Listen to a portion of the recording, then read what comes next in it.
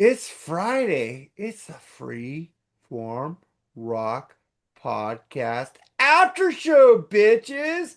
We got Tim Rasnick. We got live from the Travi Patty, and we got always the irrepressible, the Mooger Fooger. What's up, guys? What's up? What's happening? What's happening? Yeah, Di- happy to be here. And I got my shirt, the Pinpricks on. Great band. Check them out. They're from Germany. Ronya does a bumper for us at the beginning. We talked to her. She's got great. She sent me this shirt because I got her on TikTok. At first, I So, thought it was like a horror movie T-shirt or something. do you know where they got their name from? Hellraiser, right? They got their name Pinpricks. You know when Pink Floyd's it's just another pinprick. Oh, Ah, they got the I feel so stupid right now.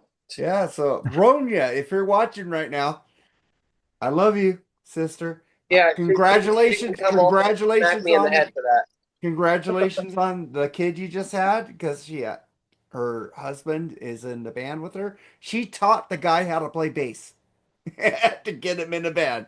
That's fucking cool. She's a great person, man, because she could play Jimi Hendrix lead. She is a great guitar player, man. Great band, Pinpricks from Germany. Check them out. But let's get into some stuff, man. Twist's sister said they would never play again, but now they're going to kick off their U.S. reunion show for the 50th anniversary in 2026. What the fuck, D? What the fuck's wrong with you? Why are we getting this? Are you turning into Kiss? Mooger, what do you think of this? I fucking love Twisted Sisters, so I don't give a shit how many times they want to say they're retired. They never did.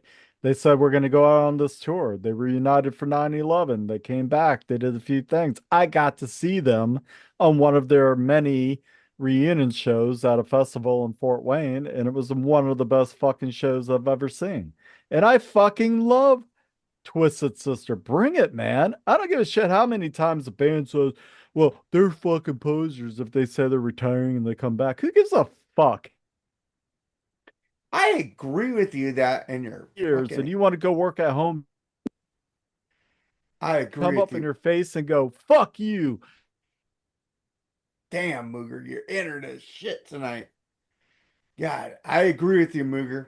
I agree with you. Fucking let them come back, do what they want. Scorpions have been retired since the Who has been retired, and they're still going. So what the Priest fuck? retired at first. Priest Remember that? retired. You know, it's like this store in Victorville that said they were going out of business for the last 10 years, and they're still there. They should come up with the saying, it says, this band, whatever band it is, retirement, dot, dot, dot, until we're not. If they come to LA, I will try to see them. I've never seen Twisted Sister. You know, I would see them because They're a great, I would they're a see them great live. live band. I just wonder if Mike Portnoy will be with them because they need another drummer then because No, he's with he's he Uh, is Truther. tied up. He is tied up for like 2 years. I heard him on Eddie Trunk. He's Yeah, tied. but Yeah. he said you never know. He did say that. Oh, So you I always bet I you think they'll could find be stand-in dates like, hey, Dream Theaters in San Fran. Uh, uh, Twisted Sister's going to be in the nearby area. Maybe it happens. fuck our that's that Howland. He's another Mike Portnoy for Christ's sakes. He'll play with anybody. He don't give a fuck. our Right. our brother, speaking of Mike Portnoy, is watching Dream Theater tonight. Mark Dolly. So I hope you have a great show, and I oh, sweet. expect a little review on BS on the '80s decades episode coming up on BS on Thursday. Yeah, yeehaw. You don't Another like Dream fucking Theater? nut, huh? You don't like Dream Theater? No, I love Dream Theater. Oh, okay. What was No, that? the '80s list. Oh, the '80s list. You Another guys are gonna fucking get. slit my wrist Oh, list for you Christ's guys are sake. gonna get pissed off with me on the '80s list. I already know that. It's gonna be a lot of shit you don't I, like. I know the BS sessions go to 11. I love that, but when you say pick your favorite songs, 11 songs of the 80s, I grew up in the 80s. How the fuck am I going to pick 11 favorite songs? Well, we're gonna pick our 11 bands of the 80s, the best bands of the 80s. Or even bands. God damn, I don't know if I could do that. Well, believe me, I know. We just did the 70s. I about fucking killed myself, for Christ's sake. Hey, I didn't pick Rush in the 70s. I don't know where they're coming up. They could be the 80s, the 90s, 2000s. Wait, are we going back to Twisted Sister for a bit? Is it a reunion? Yes. I forgot. Is it a reunion show or a tour? It's a tour. 50th anniversary. First off, disclaimer, I love Twisted Sister. I'm an SMF for life. They're one of the first bands I actually got into, by the way. I love Twisted Sister. Love the first 3 albums. Fucking kill, man. If they come around here, I'll definitely go see them. But yeah, money talks. I would see come on, man. Too. They sold their publishing. D doesn't need the money. According to Alice Cooper, money doesn't talk, it screams. Why do you think the man's on tour every day? I would see Twisted fucking Sister. You know why? I've never seen them. So that would be a good. They're not one of my all-time favorite bands, but they got a lot of songs I like, and it would be a great show. I love Dee Snider. He's a great frontman, great vocalist. He needs to shut up sometimes. As long as they don't play "Be Cruel to Your School" or "Leader of the Pack," I'll be cool. I'll be cool with that shit. Just play the songs of the first 3 albums. I'm good. Play like a knife, like a knife in the back. Play that. Yeah. Play shit. I love that album. You Can't Kill Rock and Roll. That's a great album. Listen to the first 2, man. Like Can't Kill Rock and Roll, Under the Blade are so fucking good. So Stay Hungry. Stay Hungry's got a great songs on there, man. I gotta go with the obvious Stay Hungry. That's a perfect album. Start to finish. Yeah, but you got Burning Hell and Captain Howdy on there. Fucking yeah. The price. Now we talked about a ballad. Price. The price. Love every song. I love the price. Yeah. But it's all ruined by when We're Not Gonna Take It comes on. I love that song. It's such a great rebellious tune. I do like that song. Drives me fucking insane. I love that song, man. Rock. I want to rock. Hate the videos. I hate the videos. You don't like the videos? Those videos? No, because they blamed Tom Warman for making them sound too commercial on Stay Hungry. And I'm like, oh, and you then chose to pick fucking videos that made you look like Looney Tune cartoons? Dude, you're fucking idiots. They had Niedermeyer from Animal House in those 2 videos. That was fucking amazing, but then they turned it into a Looney Tune commercial. I love Looney Tunes. So do I, but fucking Twisted Sister was not supposed to be that. They still have Burning Hell, Captain fucking Howdy, man. Captain Howdy. They turned into Later Day Kiss. You know my favorite part. I think they're better than Kiss with those 3 albums. Just what they turned into a cartoon character. Well, let's back up here, Tim. You're saying, are you comparing them or like saying that? No. What I'm saying is Kiss later 70s Kiss turned into cartoon characters. That's exactly what happened to Twisted Sister. Absolutely. Yes, you make a solid point there. What I love about Twisted Sister always had the makeup. They always had the same songs. Yeah, and I think Stay Hungry is a great. I know. Hold on. I think Stay Hungry is a beautifully heavy record, except for a few songs. It's their image, their videos that they decided to take that direction and push it towards the MTV age. And you took this like kind of dangerous, androgynous, kind of look that you had on stage, and then you put it into a goofy fucking video. 2, 3 goofy fucking videos, and they didn't stop. And that's where I think the visual should have continued to be heavy for Twisted Sister. They should not have turned. I agree. I absolutely agree. But they sold their soul rock and roll. And then they blamed everybody else for their downfall. It's like, you know what I love about I Want to Rock is tear it down, they say. And then when Dee Snider's doing those fast speeches like he's rapping, no. I love that part. It's a great song. Where It's a he's great talking song. super fast in the in the I didn't. verses. I didn't Love particularly that. care for the tone on the guitar myself. It was Well, too that was wimpy. Tom Warman's fault. Okay, that we'll blame on Tom. That should But have been a ballsy song. That should have been fucking and that's Megadeth, what not. D says, that they mixed down the record way too polished, way too slick, and it should have sounded more guitar tone And and then drum they and bass did. heavy. Then they redid it as Still Hungry. And it was horrible. Oh I think no, Tom Werman gets They a lot of. redid that album. And it's But I mean, they had horrible. good tunes on there. They had no. like Street Justice You on like that there. Still Hungry?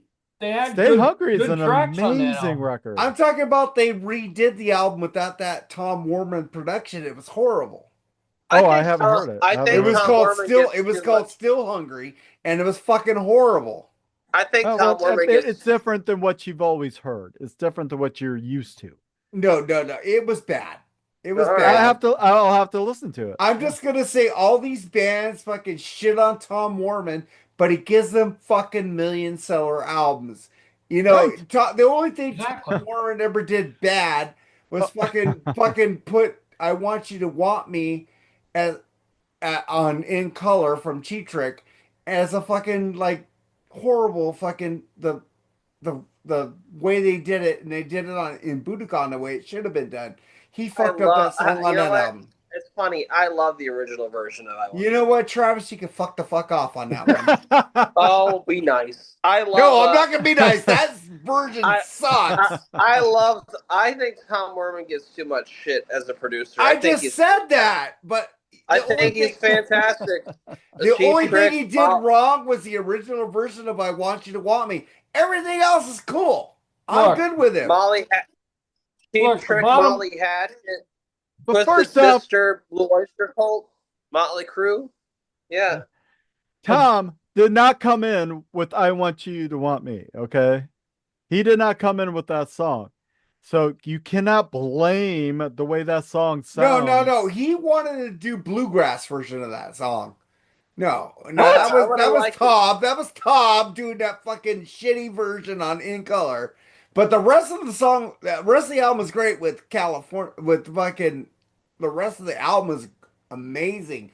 That California song is the Man's only song from that Heaven bogs Tonight. down the fucking album. And what made Treat Trick famous was them doing it at Budokan the way they wanted to do it. So, I Want You to Listen, Want Me at Budokan is the the best. bottom line is this: It is The the best version producer- of that song, definitely. I'm just the saying I like the original producer version too. works for the band, not the other way around. Well, sometimes the producer tells them no. And then band fucking leave. And the Or the band band did should say, "Fuck you, you're fired." well, the band Right. did it because the record company had their balls in a vice. Exactly. The Yes. the band caved. Well, they're gonna say, "Well, we're gonna take away your condos that you're staying in to stay at the studio. We're gonna Okay, pull your because we tour didn't have support. that. We didn't have that shit to start. Yeah, so you need to give us this, or you're gone." And they're like, "Well, shit, spaghettios or tuna. What are we eating tonight?" You But know? that's got to be the band's attitude when you go into a studio, especially if you get signed to a big time contract. Is we had nothing to start with. If we leave here with nothing, What do you lose? What do you lose? we're no better off than we were. So Right. So fuck you. This is gonna sound like we want it to sound. right, but I think that a good producer is gonna take a song and go, "I hear something in this, and it can be better. Oh, Let's make it better." A good producer knows how to work with a band, not against a band. With Right, a band. right. Recognize the strengths, Yes. right? And Yes. it kind of take it kind of, if you're a good producer and the band's got an ego, you're not going to tell them what's not good sucks. You're going to tell them that could be better, but let's try this, and let's maybe move this around over Accentuate the here. positive. Yeah, it absolutely just constantly reinforcing the positive, the because version- high tide will raise But the all version ships. of on In Color of "I Want You to Want Me" was horrible. I skipped that version, and I listened to the at Budokan version all the time. You asked me to pick what, 25 Cheap Trick songs one time? Yeah, and you didn't last the episode. I did. Oh, but Most of us did, and we all kind of started falling off. But you know who produced the first? You know who produced the first Cheap Trick album? Who? Alice Jack Cooper. Jack No. Douglas. Jack Douglas. Yeah, That first Aerosmith. Cheap Trip album, Jack Douglas should have produced it in color also. Just saying, it would have been Produced better. I Aerosmith. Didn't think he have a that the late night first talk show, Cheap Trick. Jack Douglas? That was the other Douglas. It wasn't Jack Dude, Douglas. I'm joking. I I'm know To joking. you me, are. that first Cheap Trick album is perfect. It is perfect. It's my favorite album from 1977, man. But then you got Heaven Tonight and Dream Police is just as Oof. perfect to Well, me. Dream Police is Fuck my yeah. favorite Cheap Trick album, but the debut is my second favorite. I love Cheap Trick. And former co-host, fuck off. Oasis not better than fucking Cheap Trick for the millionth time. You could fuck the fuck Yeah, off. Oasis is better than Cheap Trick. No, they're And I would say I said that in jest. I know you did, but I'm gonna give you shit. That's fucked up. Yeah, But it is. let's get to something else here. I'm just gonna say, how many box sets does a band need to release? They've already released a lot and are coming back for the anniversary release for Pink Floyd "Wish You Were Here," the 50th anniversary. They've already released remixed versions of "I Wish You Were Here." How many fucking times have they released versions of that shit? And I'm getting tired of it. It's just a money grab. The Animals was good because it was remixed, and that's my favorite version of but they ain't doing a remixed version of "Wish You Were Here." And I go, it's perfect as it is. We don't need to hear another version of "Wish You Were Here" unless it was remixed. Because Animals, the remixed version was great. And if it's But perfect don't the way but it is, buy hold the on, album. I'm still going. But I'm looking at you, Motley Crue and Pink Floyd. He goes, Motley Crue, how many Oh my box sets God. have you released that sucked? And then fucking Shout at the Devil. We didn't need another box set of Shout at the Devil. Shit, you already released another box sets. It's like, come on, man. Stop this fucking ripping off your fans. This is pissing me off. But I will say, I was pissed off at the Morica box set the Black Crows are coming out with. Ooh. But they are releasing an unreleased album on that box set called Tall. Ooh. Yes. And That was Chris Robinson's solo album that was supposed to be called Tall. Hi. but the drummer, the original drummer, is talking how Tall was so good. He was saying that was a great album. And they have Bitter You, Bitter Me. I had just heard that song today. I go, fuck, I'm gonna pay $99 for this fucking CDs just to hear that song. But fuck, what do you guys think about these bands repackaging, remastering, do this shit just to get extra fucking fedia? Mooger. Oh God. I was pointing at Travis, but look, most of these bands don't own their publishing anymore. They have sold off everything. So it is basically the EMIs, the Mercuries or Polygons or whoever who own that stuff. They put this shit out. They don't need the artist or anybody involved. And sometimes they do get them involved. I could be completely wrong. Some of these bands putting it out might be pocketing everything. But these box sets are elaborate, man. Like Rhino does some amazing box sets where they can repackage the artwork and they give you some extra stuff. They give you a poster, some pins or something from my generation that we fucking appreciate, which is content. And if it's, I don't have a problem with it, but it's meant for the me's and you's of the world who have come up and made it in the world, and we've got a little extra scratch hanging around, and we can go get our favorite bands box set. They know who they're fishing for. They put it together. I'm not saying they make a lot of money on it, but I don't think that most of these bands are seeing a dime.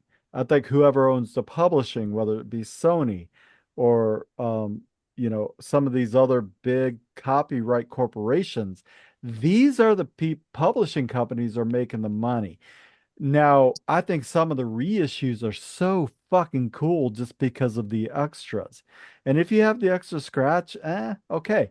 I also don't think that fucking Pink Floyd needs to be remastered, remixed in any fucking way. It was perfect when it came out. Just give it to me the way it came out. Can you enhance it somehow? Maybe, but don't remix Animals it. was really good. That's the only one that I thought was worth buying by them. But everything else is just like stuff we've already heard.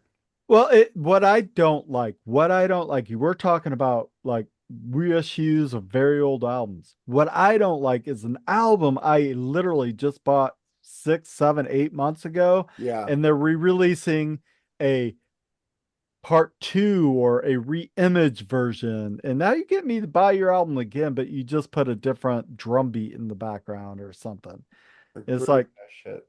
sick of that about modern bands doing that. Now, I'm a sucker for buying a Kiss box set, an Ozzy box set, something that's a good box That set. Creatures of the Night box set was horrible, dude. I love it. I have it. I own it. And of It's course you all on do. vinyl. Nerd. I am a No, nerd. All right, Own it. Love it. I'll talk about it next. I'm split about box sets. It depends what it is. But in the case of Wish You Were Here, they can take my money because But what are they that doing that different than they did with but, animals? They're well the not doing thing the is, remix. well, here's the thing. They enhance the pig. Wish You Were Here was one of the very first albums I ever heard in its entirety. And it's a pivotal album in the soundtrack of my life. You know I love Pink Floyd a lot. I do But too. this album to me, just looking at that album cover for the first time as a teenager, seeing the guy shaking hands with the man on fire, it was just like, what is this? What in the world is this? And I put it on, it's Shine On You Crazy Diamond into Welcome to the Machine and all. It's a perfect record. It just mesmerized me. It's just an important album to me. I can't live without this album. And of course I'm going to buy it. First off, I don't have Wish You Were Here on vinyl. I have it on CD. But I want to get it. I want to get that box set. I'm curious. I do want to get that one. So I will definitely be buying that Wish You Were Here box set. I love it. And I agree with Mark.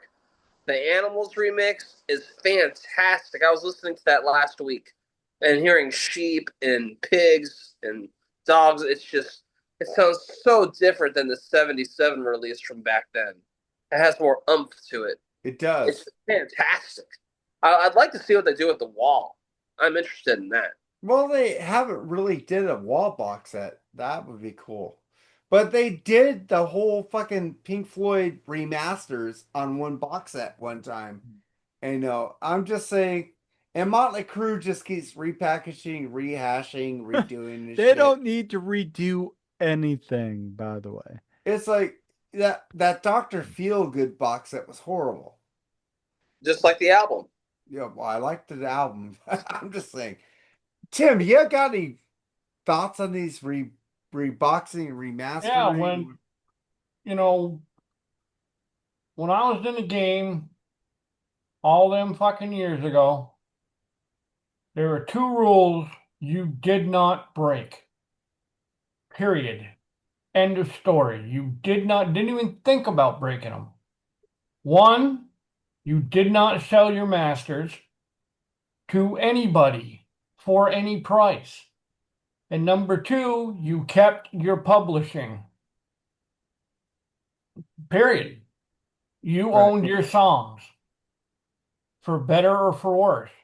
Nowadays, them two rules, that's gone right out the fucking window. And as I've said on this program more times than I care to count, them mansions ain't cheap. Them porn stars ain't cheap. Them Ferraris aren't cheap. So they're gonna do what they gotta do to keep that stuff. Is When it good you're or is it bad? Well, that's a double-edged sword. yeah, And you but gotta weigh the when you're pros and cons. when you're 21 and you're a rock star and they give you your merch advance or they give you your record advance and all of a sudden, like you said, you have a Ferrari, you have a nice condo on the beach when you were just slumming it in a fucking roach motel on Sunset Strip, and now you're living pretty comfortably, and they're going to come to you and they're going to be like, hey, your next album, we're going to need the publishing, but we're going to give you like $25,000. When you're 23 years old and been used to being broke and $25,000 comes at you, you're like, fuck yeah, I'll take Well, that's $25,000. why record companies it's like the U.S. government. That's why they like to sign people into the military when they're 18 years old, when they don't know any fucking thing yet. Because by the time they figure it out, it's too fucking late. You're already in. Same thing. Chainsaw Charlie. Same thing. And then your song that you wrote goes on to be like something like fucking cherry pie or something like that and used in every fucking commercial known to man. Mhm. And then somebody's making $1 billion off of it and you made 25 grand. Yeah. Yeah. And that's why I tried to tell every fucking band that I ever managed in my entire career. Keep The your worst publishing. thing that can fucking happen to you is success. And everybody's like, are you fucking crazy? That's what we want is success. And I'm like, no, because that brings on a whole different set of headaches you don't even have a fucking clue about right now. Because you're living in your mama's basement. but you're gonna, and they're gonna come whether you seek them out or not. Those troubles will come to you. Period. 100%, dude. 100%. They're not going to go away. So I try to tell them, that the decisions that you make aren't going to be easier as you go on. They're going to be harder and more of them. Because now all of a sudden you got to worry about, I got a mortgage on this mansion that I can't fucking pay, and I can't figure out how to write a song anymore. So hopefully you keep your publishing. You still live in the Roach Motel. You eat ramen noodles every day, 3 times a day, whatever you got to do.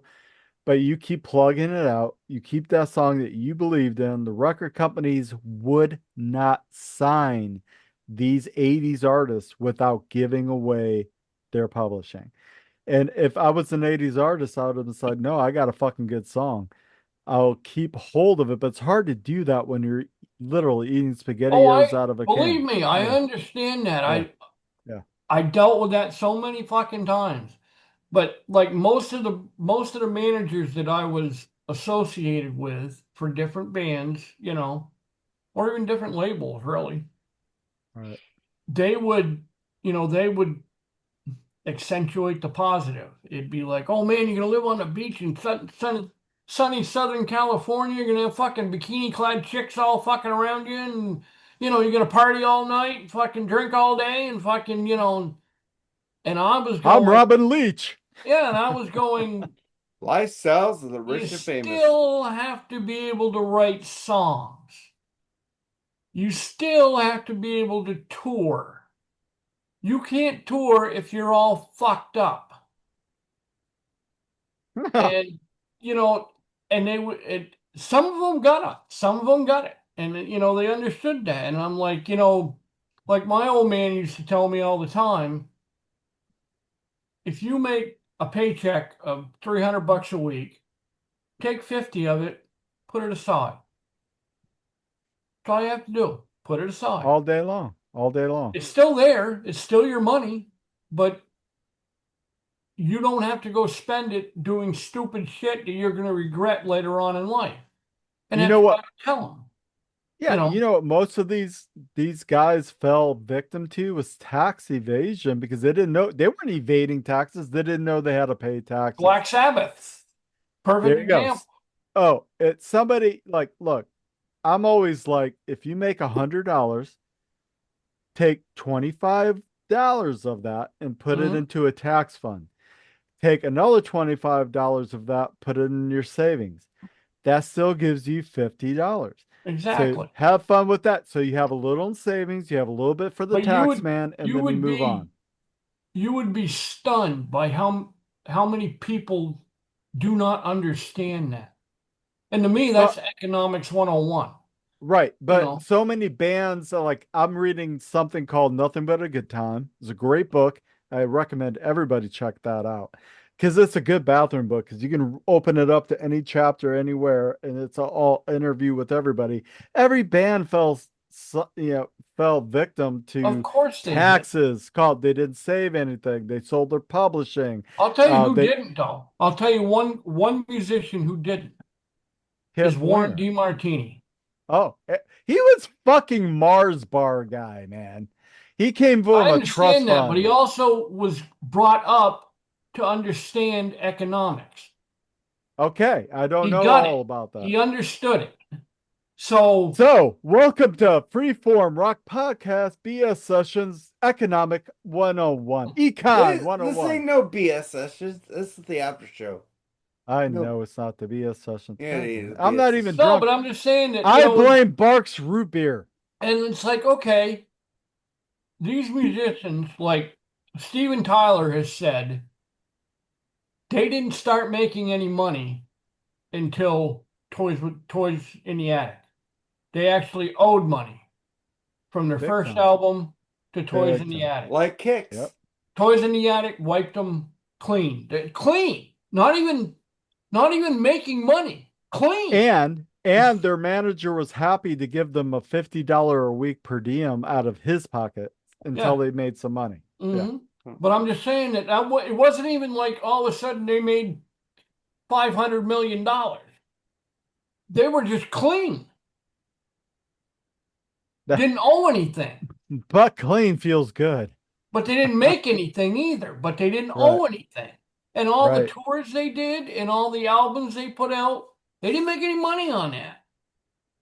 So you would think that going through all that struggle, when you finally do make some money, you would be like, okay, I can't go out and spend that on a Ferrari because I want to make sure I got enough to live on. Tim, you're 20 something years old, most likely in your early 20s, which we were all fucking invincible in early 20s. Travis, you'll get there.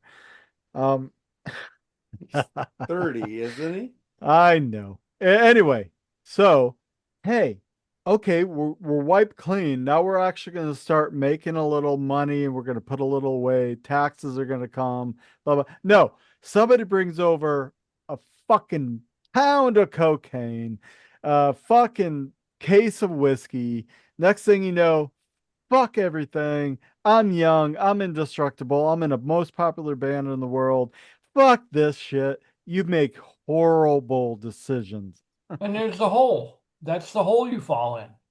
And then, but the manager's going to be like, I think they're going to like not sign this away. Well, what you need to do is take over this Jack Daniels and cocaine and just have a party with them and get them to sign that contract. That's when the manager comes in and says, you're a little. Well, that's what a good manager does. That's what a good manager does. Your financial problems.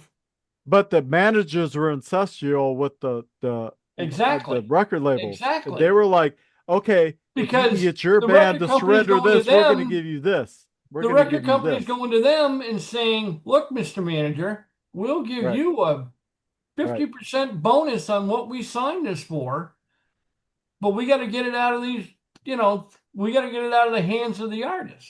Oh, okay. Okay. Right. Hey, Mr. Lead Singer. You guys want to move financial on from problems this story? can be over if you just sign this little piece of paper. I got other shit to talk about here. Let's go.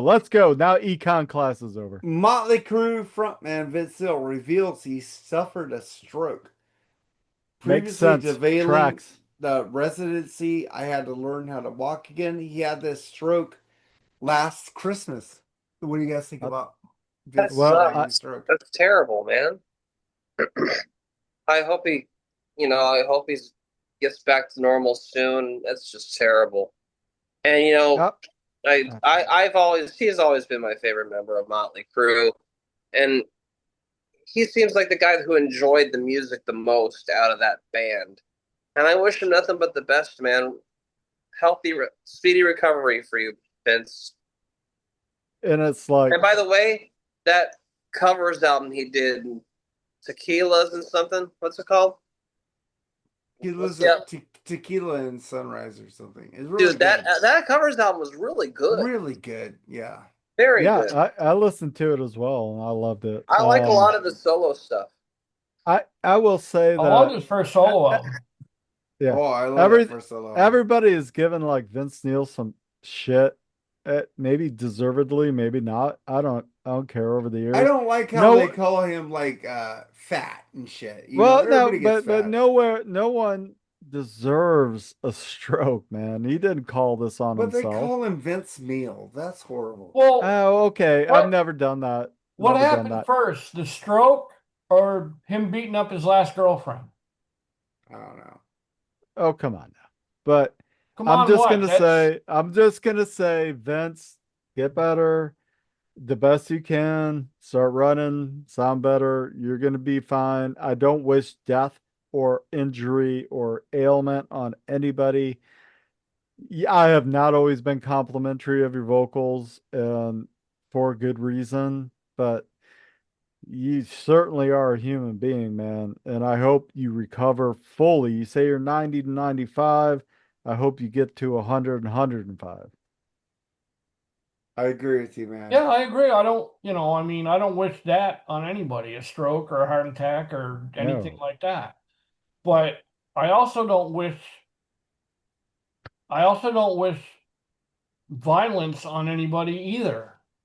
So, Addiction's a bitch. Addiction's a oh, believe bitch. me, I know.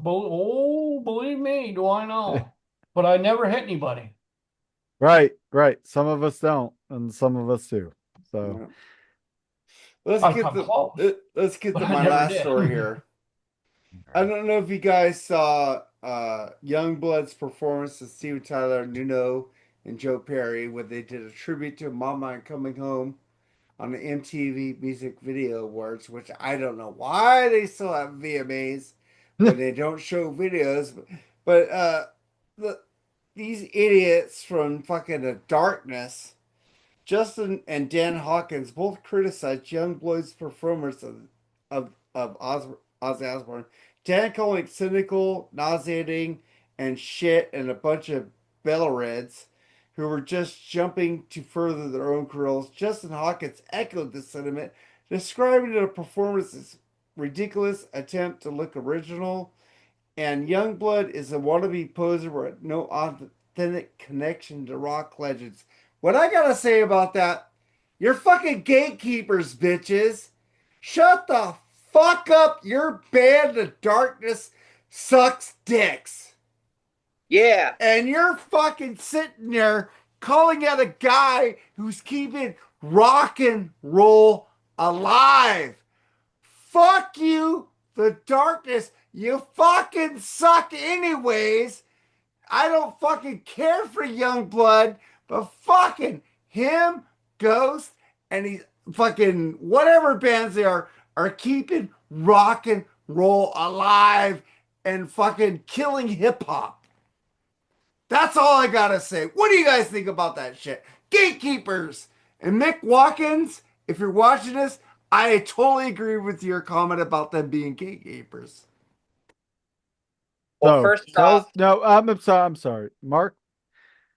You didn't really tell me how you felt, I did. did you?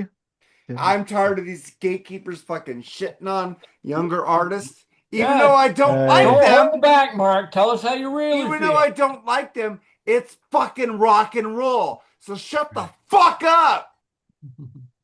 Even though I don't like Ghost, they are keeping rock and roll alive. That's all I gotta say, man. You guys go now. Take this away from me. I'll Look. gladly. I got four things to say. Fuck the darkness. The freaking gimmicky, freaking trying to bring glam rock back with that freaking annoying ass vocalist. I believe in a thing called These Nuts. Terrible. That band fucking blows. He is a freaking gatekeeper. And you know what? I don't know much about Youngblood, but he seems like a cool dude, in my opinion. I love that Ozzy gave him his blessing at that back at the beginning show. That was so awesome. And also about Mick Watkins, aka Dick Twatkins. I love that dude with all my heart. subscribe to his channel, and listen to Wild Ride. Wild Ride rules, and I'm Yeah. saying he made a great point, and this was what made me put this in the after show because of what he said. They are fucking gatekeepers. They are fucking jealous that this guy is getting fucking more play than them. Fuck the I don't dark. think it's jealous. I The don't darkness think it's can go. jealousy. I The think darkness can go. The darkness can go take a big black dildo up their ass. Right on. okay. I love both. I love the darkness. I have no Great. problem. Good. But maybe some people just need to shut their mouths. Maybe they don't need to say some shit. And it's like, I think Justin maybe said some shit he just didn't need to say. That's Justin and his brother, the guitar player, both of them said shit. The only song I ever heard by the Darkness was all. Thing Called Love. Yeah. And when I heard it, I was like, wow, that guy really likes to sing out of tune. Great, right? And that's really the only thought I have ever had about that band, the Darkness. Has that band ever been relevant since like 2003? Really care less. But, this guy Youngblood, who I have no fucking clue who he is, and the only time I ever heard him was when he was singing with Tyler and Perry. And Nuno. That's a marriage of convenience. I'd like to see him do a rock. I'd like to see him do a rock trying album. to make a career, and half of Aerosmith trying to revive a career yet again. I think the Aerosmith is coming back again. That's what I mean. They need to do just like one or two like East West Coast shows to say this is how we're going to end it, and it could be months apart. They can't end it with an Instagram post that, well, we can't go on. It's done. It's over. Peace. You can't do that. I don't have a problem with that. I really don't. They put them on the stage together. Cool. You know what I'd like to say every morning I wake up, Tim? Every morning I wake up, Tim, I want to say, nope, not coming to work. Done. But I don't. You just put in the work, get up there, give your fans. You got to give your fans maybe. Steven's out there doing one-offs, and he sounds fucking amazing. Fucking amazing. And I'm not saying he can do an entire Aerosmith show night after night after night after night. Build up enough he can maybe do really good 6 songs. Aerosmith and then do just another put really good 6 songs. New cover photo up on their fucking Facebook. So something's going on with Aerosmith, man. Like everybody in Aerosmith has something else going on. Hopefully Kramer, some rest. Joey Kramer, as far as I know, has retired. Yeah, but what is Tom Hamilton? What is Tom Hamilton's? Tom Hamilton's band is something Friends. I forgot the name. I'm just gonna say I just don't like these old rockers putting down new rockers just to fucking make them look good. It's just like, come on, man. We need rock and roll to survive. We don't need Beyonce. We don't need Taylor Swift. We don't need all these. Yes, we do. We do need Taylor Swift. We don't need Taylor Swift. And you know what? I got one thing to say too. I'm sorry. While the iron is hot, I remember I heard an Eddie Trunk interview with Justin Hawkins and some other band member of that fucking horrible band, and they seemed like the most pompous douches ever. Right? I don't believe in any ill will towards anybody. But Justin Hawkins definitely deserves a deck right to the face. Fucking asshole. He is fucking Sorry, Jack Roberts. I know you like the Darkness. It's all good, but I hate that band. That band sucks. Okay. But man, let's get the fuck out of here. You guys got any final thoughts, man? Fuck the Darkness. I do. I'd want to apologize to anybody. I fucked up on my spiral last weekend. I love everybody. I love you, Mark. I love you, Travi. I love you, Tim. And my life is so much better with everybody in it, and all of us being able to agree or disagree on music. And everybody out there, if you are having some fucking trouble, get a hold of a friend, talk about it. 899 is better than 911. That's all I got to say. I'm just saying, man, doing these shows with Here. on Freeform or BS, it is therapy for me. I went through a lot of shit, and I appreciate all you brothers that I've had and sisters. You know, I got a lot of brothers and sisters in this aura, and it's amazing to be with you guys. And I By the love way, you, all you Moog, guys. I got 29 years in. So if you need to talk to somebody, please hit me up. And you can all talk. So for today, I'm Canadian Dry, baby. Mm-hmm. And you know what? You guys can all talk to me too. Yeah, I like to drink, but I'm not an alcoholic. So You know what? This is my first sober episode in a while. So you know what? I'm the only No, drunk. you did a bong hit earlier, fucker. Oh, oops. You know what? Nobody's perfect. We saw that. No one's fucking judging you, but don't call it a sober episode. I'm just gonna Like- say our like- last Kind of hard not to see it when you did it right in front of the camera. For Christ's sake. our Hey, our you know what? episode our episode Weed that will came do a out lot to your brain. our episode that came out last week, Megadeth versus Metallica versus That was Megadeth. a great episode.